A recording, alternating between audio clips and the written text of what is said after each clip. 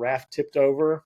I was sitting on the back of the raft and I got thrown out and trapped underneath the rapid itself. And it started pushing me underwater. I still remember the sound of my helmet scraping down the rocks as I was getting pushed under. And the last thing I remember thinking is, I'm not coming back up. But I heard a voice that said, wake up. And thankfully I did, because I came back to consciousness and I was trapped underwater, wedged between two rocks. Wow. And I tried to push and I didn't budge. And I kept pushing and pushing. Nothing was happening. And then finally my adrenaline kicked in. And thankfully it did. I was able to push hard enough. I broke one of the buckles on my life jacket that was trapped underneath one of the rocks, floated to the top, gasped for breath, got swept down the river. And at that point I was rocked. Like, what just happened? And we all question our purpose in life at some point. Like, why are we here? Like, what has God called us to do? I asked myself, why am I still here? And I started processing that. And I realized the big lesson I got from that was I'd gotten comfortable in life, because life was good. Marriage was good. Finances, all the things were good, but I was playing way too small. Thriving in Tandem. It's a podcast for you, the married entrepreneur that wants to win in business and marriage at the same time. Welcome to Thriving in Tandem. Hey, honey. This is going to be a great episode because our guests today, Dr. Justin and Courtney Mosley. Doctor and doctor. Yes, I've gotten to know, well, even better now over the last few weeks than I did before, because they're both chiropractors. And when we got to Nashville on our road trip, right, as we were coming driving cross country to get here to Lake Norman to spend a month out here, right when we got into Nashville, remember I got out of the car and I'm like, oh, that does not feel good. You're like, what am I going to do? And I'm like, I could make it to Charlotte, but I'm like, you know what? Do I know a chiropractor in town? And I'm like, oh, I hope you do, because I don't want to be in the car with you for all that long and be with you being uncomfortable. So anyways, we got a powerhouse, power couple, Dr. Justin and Courtney Mosley. They're chiropractors. They work together. They built a business together, owners of Music City Health Center, one of the largest natural health clinics in Middle Tennessee. And Justin, he's also known as the Mindset Doctor. If you're watching on YouTube, you'll kind of see a little bit right behind Courtney's head, his logo there. Two-time TEDx speaker, international keynote speaker, and host of the Mindset Doctor podcast. After surviving a near-death accident in 2018, he shifted his mission from transforming lives in his clinic to inspiring audiences worldwide. Dr. Justin empowers others to unlock their full potential, create next-level success, and leave a lasting legacy.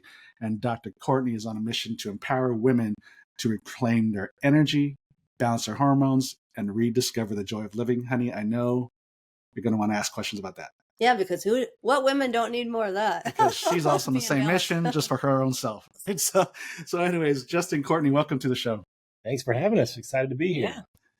And it was great to be able to see you a few weeks ago. Like I said, it was serendipitous that I said, man, I need a chiropractor. And I'm like, oh, we're having dinner with Justin and Courtney tomorrow night. Hey, Justin, do you have an opening? Can you squeeze him in, please? Well, we're closed on Fridays, but for you, my friend, I'll come in. So thank you, Justin, for doing that and coming on your day off. And he's doing great now. Everything, his back is good. His hips are good. He's happy. So I know, while we got Courtney here, got to start the question right away. When you guys started your business, did you initially envision starting the business together, or this thing just kind of happened, or how did this happen? You working and having this clinic together? Yes. Well, actually, I had the vision early on. I wanted to marry a chiropractor, and that's very specific. Out loud. I wanted to be in business with a chiropractor. I wanted to marry a chiropractor, be able to get adjusted anytime that I wanted to. So it's just very bold about. Oh, so self-serving. Absolutely. So I said it out loud in 2009 on my way to Florida to a chiropractic seminar. In the car, I just spoke it out loud in prayer, and I met Justin that weekend. And wow. So that was fast. Yes. And so we dated for a year. We were graduating within a week from each other. And that's when we decided to, we're in this, we want to build a business and a marriage together. So I already knew what I wanted. I don't know exactly what. So I was going to ask Justin, were you in the know on this? No. two different schools. She was in South Carolina. I was in Atlanta. We went down to this seminar in Orlando. And at that point, it was like, okay, I'm driven. I've got the mission. I'm going to graduate in a year. I'm moving back to Nashville to open my practice. I don't need to get in a relationship. That's just going to be a distraction. But God had other plans. Got to meet her. She was friends with one of my mutual friends, and we ended up hanging out that night together with a group of friends. And yeah, the rest is history. We just stayed in touch, did a long distance relationship thing for about a year. And yeah, God put us on an amazing path together to not only do life together, but build a business together as well. So how did it work out? So you guys you met and got together, but then as far as actually starting the business together, what was that discussion like? Yeah, I think it went back just to our passion, our mission of just wanting to serve the community and just to build a business. We were both in alignment there first. Because at first it's like, okay, we know graduation's coming in a year, so we got to be prepared. But first we got to figure out, we can't make plans to build a business together if we're not going to be together. So we got to figure out that first. Are we in this together?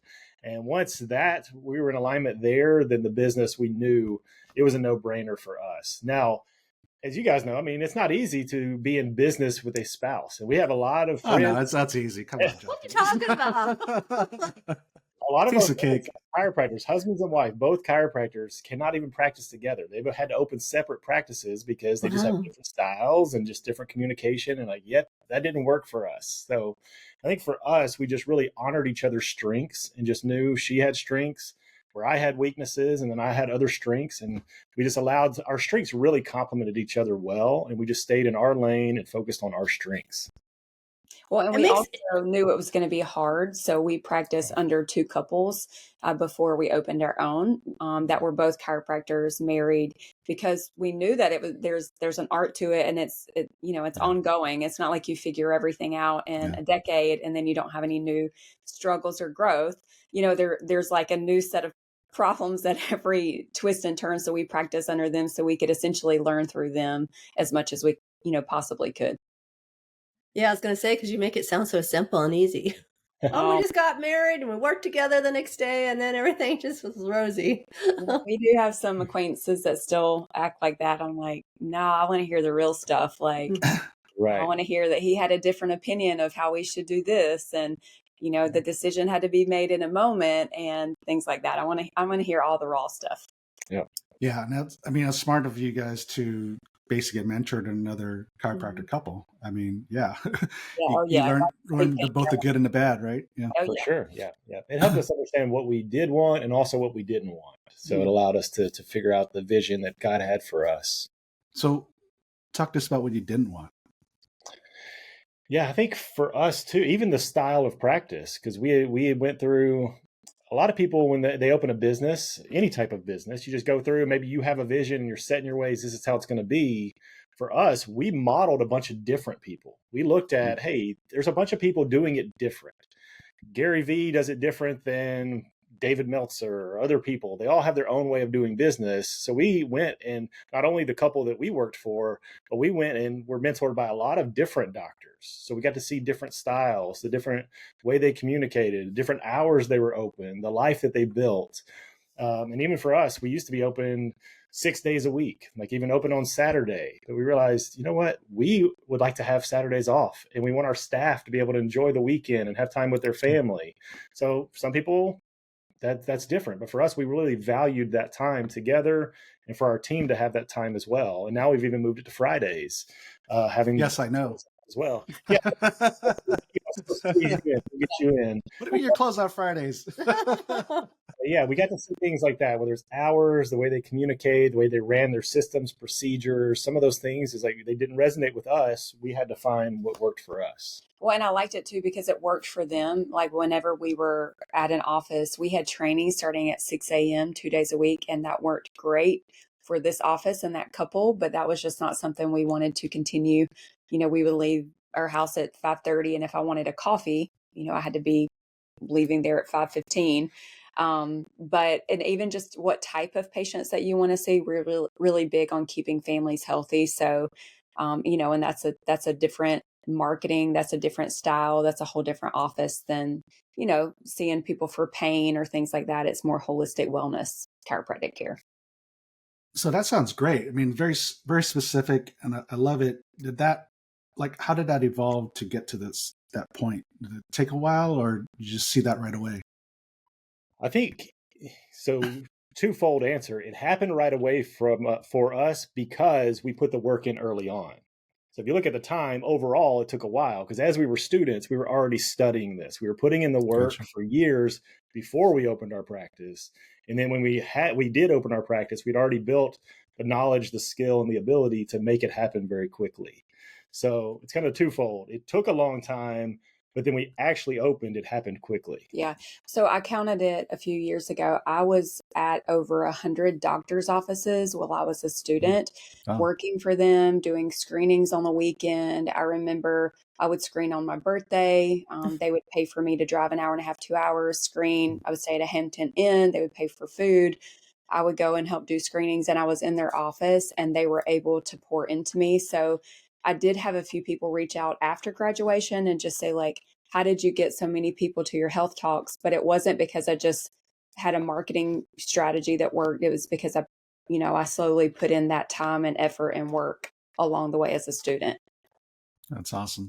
And then you built the relationships, it sounds like, as you were going to the different offices. Yeah. And she's very good at that's her superpower. She's a super connector. Very good. And that's actually really cool now that we're is it 13 years in this year, 13 years that we've been open. And then as a student, like, we've known these doctors, now 2 decades.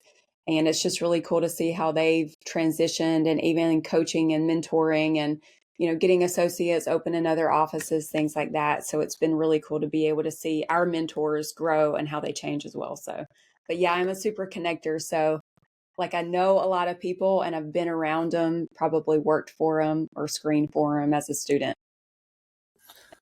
So that's good. I love that you really designed the business the way you want, that kind of fit into your life, and you knew, like, or at least you started to develop, what do you want, what do you don't want, as opposed to just doing it. Let's just say, like, working 6 days a week, opening 6 days a week, like a lot of chiropractors, or just instead of doing what everybody else is doing or what somebody else that maybe mentored you do, you basically picked your own way, paved your own path.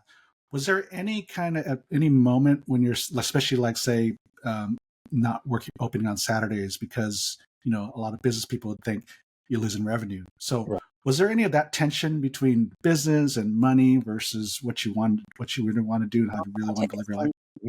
Oh, yeah, for sure. So we served at church on Sundays, and we were there for quite a few hours, and we had quite a few people that we led.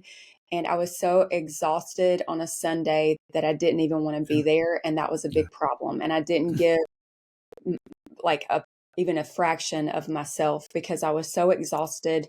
I remember I came in on a Monday and I said, "Happy Thursday" to my team, because it felt like I didn't have a break and I wasn't even sure what day it was.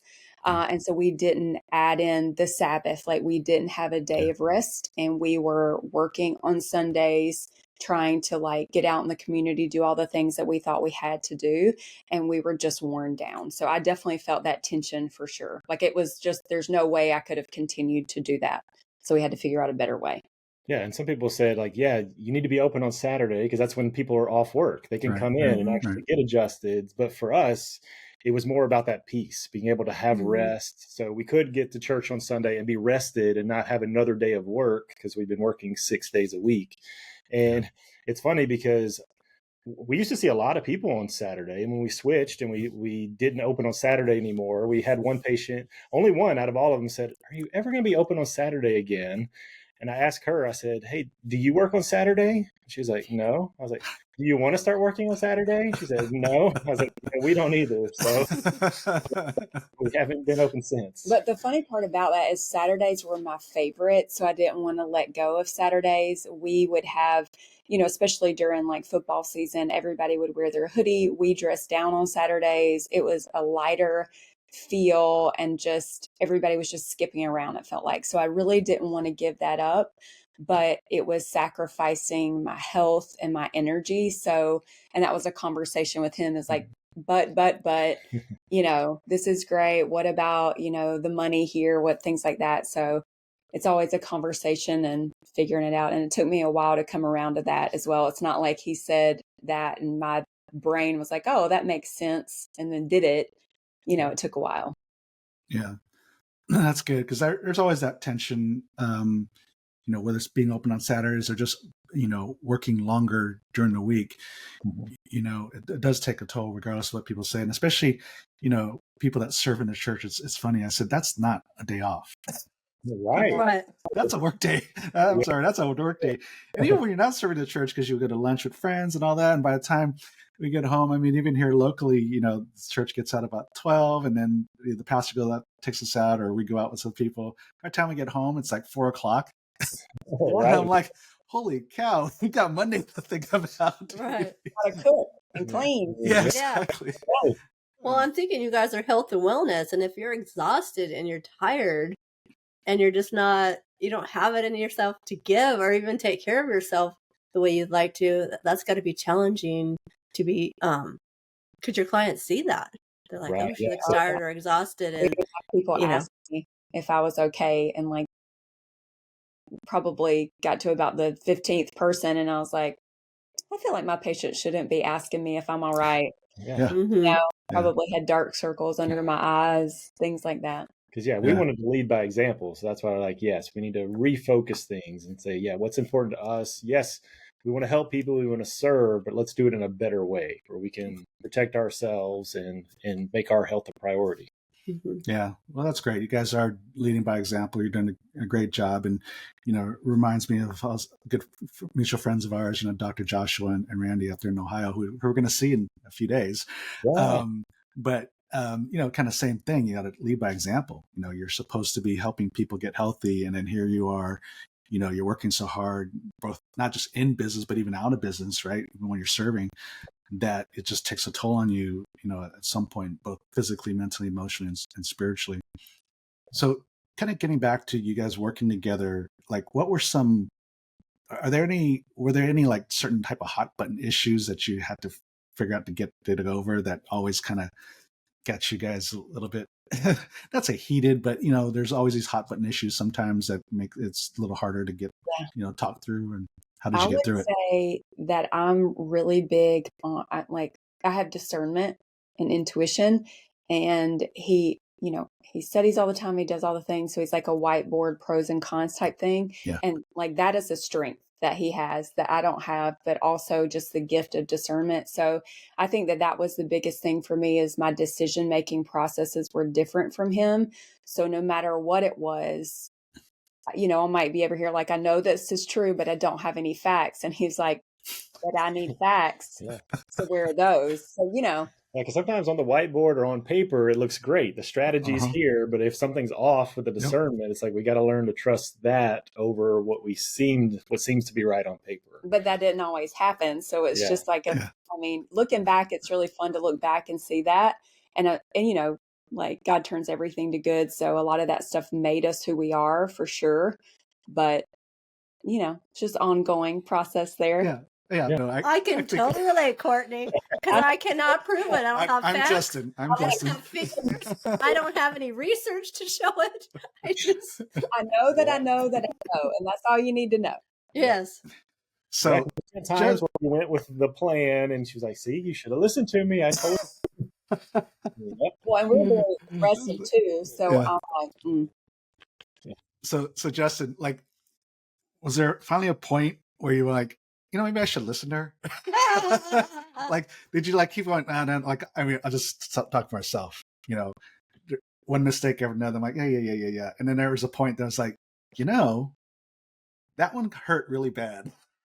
And maybe I should listen a little bit more to her feelings. Seeing it over time, like how good her discernment is, not only with like decision making, maybe even certain people, like hey, stay away from them, don't partner with them, or get coached by them, or like even like she's known multiple times that people were pregnant even before they were pregnant, and it was like, just like this like intuition that she has. So it's like the more you start to see like how real the intuition and the discernment is, it's like, okay, I've seen it so many times. I need to listen to it. Yeah. Well, I think it got Robert's attention when it was dollar signs were attached. Costs a lot of money. We're not just talking a couple $100 either. So It hurt. Yeah. Sometimes it's gotta hurt just enough to go, maybe I should listen a little bit more. And so those lessons you never forget. But no, that's great. And it is. It's those complementary gifts. When you're dating, it attracts you to each other. But for whatever reason, when you get married and you say "I do" and you go into business with each other, it starts to kind of. It's annoying. It was cute before, but now it starts to rev a little bit. Not so much. Yeah. But yeah, then, and that's why I think some of our friends, they couldn't work together at all, because it's like, okay, the things that attracted, but then there's annoyances that happen day to day. So I think, to our credit, being able to work together, it's more of, we recognize each other's strengths and we said, okay, how do we create your role where you can just be in your strength? And then for me, be in my strength, and then hire other people where we're weak, let them be a strength there. So I think that's what really helped us. Yeah, like in any business or any organizations, what you're building, you don't want to hire a bunch of people just like yourself, right? For sure. That would be just a train wreck. And so you want complementary gifts, you want people that are different. And so, but it's funny, in marriage, it's like, you should listen to me or be like me. So speaking of the complementary gifts and what you're building now, because Justin, you kind of, not say pivot, but you're not as much in a day-to-day anymore. And really Courtney's running the show these days.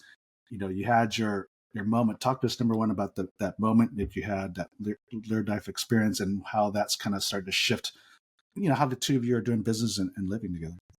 Yeah. So we started our practice in 2012, and then fast forward to 2018, we built a great practice. Life was good. Business was good. And then August 2018, I went on a men's retreat. We went whitewater rafting and hit some class 5 rapids. And it was just a freak accident. Our raft tipped over. I was sitting on the back of the raft, and I got thrown out and trapped underneath the rapid itself. And it started pushing me underwater. I still remember the sound of my helmet scraping down the rocks as I was getting pushed under. And the last thing I remember thinking is, I'm not coming back up. And then everything went black, and then everything went bright white. And it was the most peaceful, serene feeling I'd ever felt. And I don't know how long that lasted. It seemed like an eternity, but I heard a voice that said, "Wake up." And thankfully I did, because I came back to consciousness and I was trapped underwater, wedged between 2 rocks. Wow. And I tried to push and I didn't budge. And I kept pushing and pushing. Nothing was happening. And then finally my adrenaline kicked in. And thankfully it did. I was able to push hard enough. I broke one of the buckles on my life jacket that was trapped underneath one of the rocks, floated to the top, gasped for breath, got swept down the river. And at that point I was rocked. Like, what just happened? And we all question our purpose in life at some point. Like, why are we here? Like, what has God called us to do? But in that moment, I asked a different question. Instead of, why am I here? I said, why am I still here? Because things could have been different in that moment. What if I didn't hear wake up? Or what if I wasn't strong enough to break free? So that's why I said, why am I still here? And I started processing that. And I realized the big lesson I got from that was, I'd gotten comfortable in life. Because life was good, marriage was good, finances, all the things were good, but I was playing way too small. I knew God that had called me to make a bigger impact in the world. So for me, I realized if I truly want to step into the calling that God has on my life, I need to exchange my comfort for my calling. So I started just putting myself out there, and it just started. I wasn't trying to go off and be a speaker and start coaching and running masterminds. I started with like, hey, I just want to put out content that helps people. I'm passionate about mindset, leadership, personal development. So I just started putting out content. And at first I was like, I don't even know if anybody's going to listen. I don't know if you guys have ever felt that when you first put yourself out there. Oh, never. Put it out there and see what happens. And then the first of January 2020, I started a Facebook group, and 1,000 people joined in the first month. And I was like, oh, well, people are here. They're listening. They're wanting more. And it just kept growing. That led to me running masterminds and doing coaching and speaking all over. And now I've just did my second TED Talk. And it's a lot of opportunities. God has opened the door for that. But it never would have happened without her giving me the blessing to be like, hey, I see this calling that God has on your life. I can run the show in this season. You go do that. And now it's kind of come full circle where I'm still doing that, but then also coming back in, helping her more as far as not day to day, but more of the fractional CEO type role, making sure that things are running really well at the practice, because she's got a couple other doctors with her and a great team as well. But if it wasn't for her, I never would have been able to make the impact that God's called me to make. Wow, Courtney, I love that idea because I hear so many men saying to me, "Oh, I wanted to do X, Y, and Z, but my wife wouldn't let me." And I'm like, "Oh my gosh, that's so sad that there's so many things that they wanted to do, but they were held back." Yeah. So I think that's great that you released him to go. Try to act like it was going to be easy either. So in 2009, the night that we met, we talked for 2 hours at a restaurant, and he basically shared the vision of that type of stuff. It's just like you have to build it and whenever it's time. So I already knew from the beginning that that was something that was on his heart and he had a talent for. So I think it's really cool that I released him, but I also was like, but this is hard, but I don't know how to get through this. I've got to figure out this. So it wasn't like I released you, I got it, it's going to be easy. It was like I released you, and I know that this is what God wants. However, we've got to figure out some things. So, but it's been really good.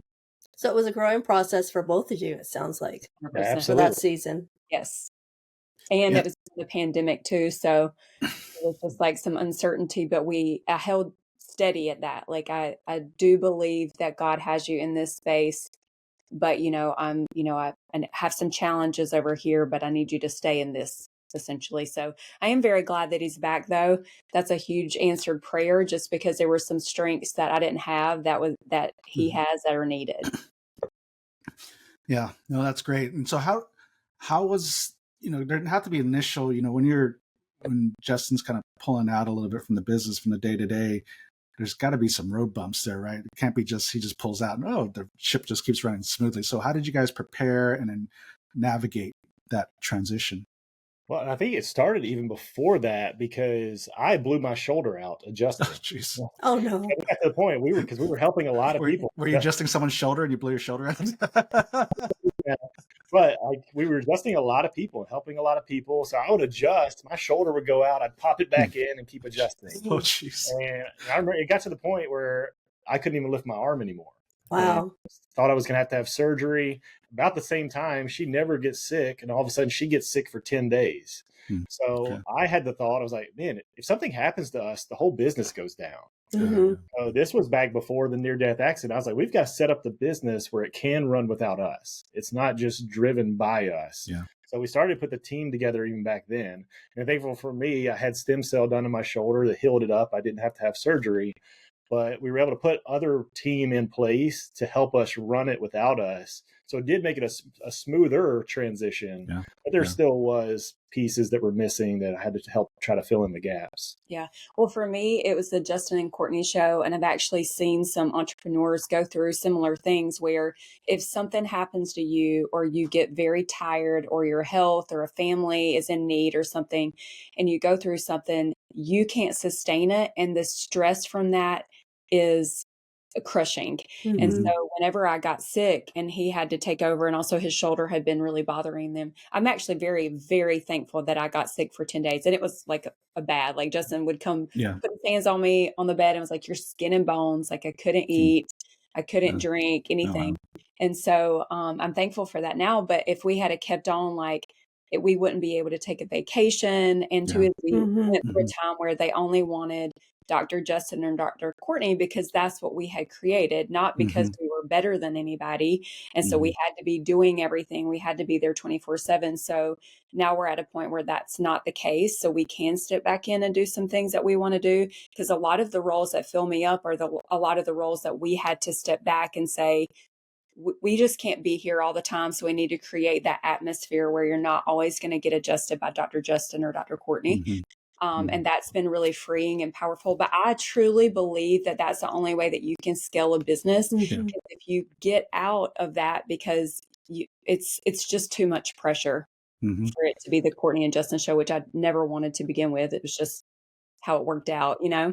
Yeah. No, I mean, scaling a business is all about the business has to be able to grow beyond your own capacity, right? If it only grows as much as your capacity, then you're the stumbling block and you can't grow. So that's not really scaling. Some people think scaling is just getting more volume. And I said, yeah, but at some point, it's gonna hit. Something's gonna hit the fan, and you got to be able to position the business like you guys did to get the foundation, get the people in place, get the other chiropractors to be able to have the freedom that you want so that you can do the things you want, even in business, be able to focus on the things that you really want to do. Well, yeah, otherwise Justin wouldn't be speaking if they hadn't have done that, because he would be in the office working.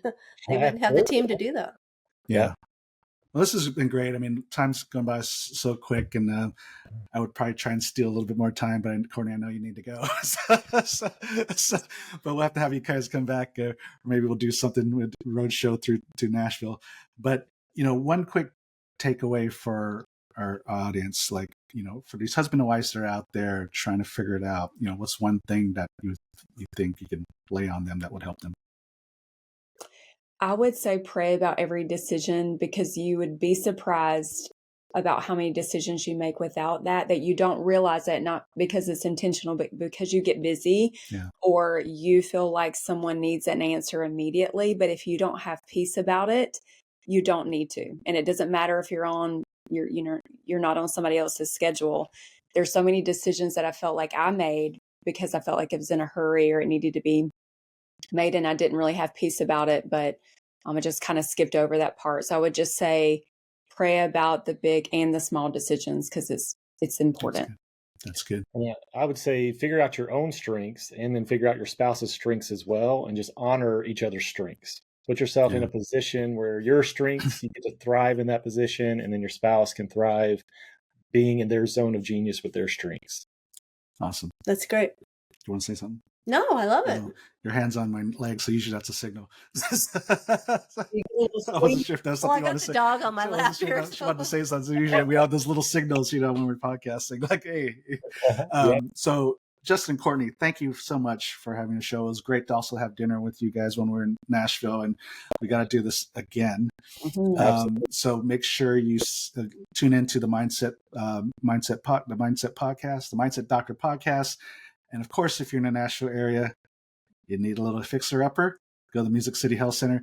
Anywhere else they should be able to follow you guys, Justin, Courtney?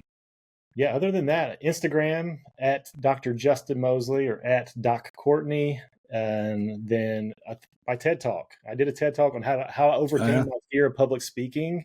It's hit, I think, 430,000 views today. So it's still growing. Hopefully hit 500,000 soon, then on to 1 million. So that's really my heart project. God put that on my heart to share that message, and it's really opened up a lot of opportunities, helping a lot of people. So I believe everybody's got a message to share. So I want to encourage, inspire people to share their message. So if you're wanting to share your message, or maybe you're afraid of speaking, go on YouTube, just look up Justin Mosley TED Talk. You'll see how I overcame my fear of public speaking. Awesome.